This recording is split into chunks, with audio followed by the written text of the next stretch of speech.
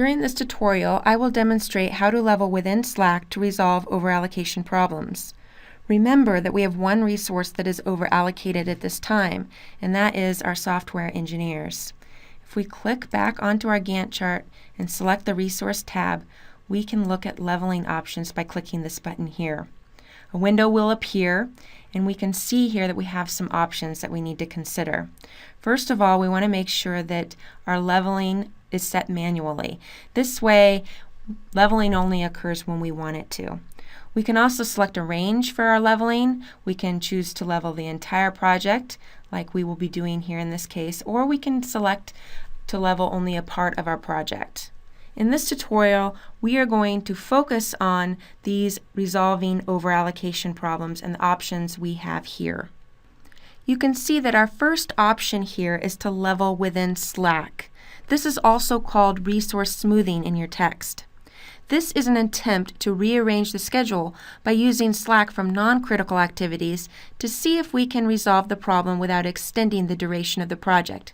We make sure that this box is checked and click Level All. We now get a warning window that appears telling us that the software cannot resolve the overallocation issue for software engineers. If we select Skip, we immediately get another warning window. We now know that leveling within Slack will not resolve all of our overallocation issues, and we can go through all of the warning windows, or we can just choose to skip them all. If we go back to our resource sheet under the Task tab, we can see that software engineers are still overallocated. There was not enough Slack for non-critical activities to absorb the demand for this resource. Let's look at this in a bit more detail by looking at our resource usage chart again. Click on the Gantt chart drop-down menu under the Task tab. Click Resource Usage. A few things to remember here from previous tutorials.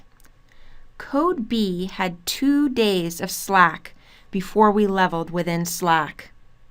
And remember that our overallocation problem started on January 21st. Emma's project used those 2 days of Slack to prolong the overallocation problem, but it could not solve it because code B doesn't have enough Slack to allow it to start after code A is finished. We will have to add more resources or extend the duration of the project in order to resolve this issue.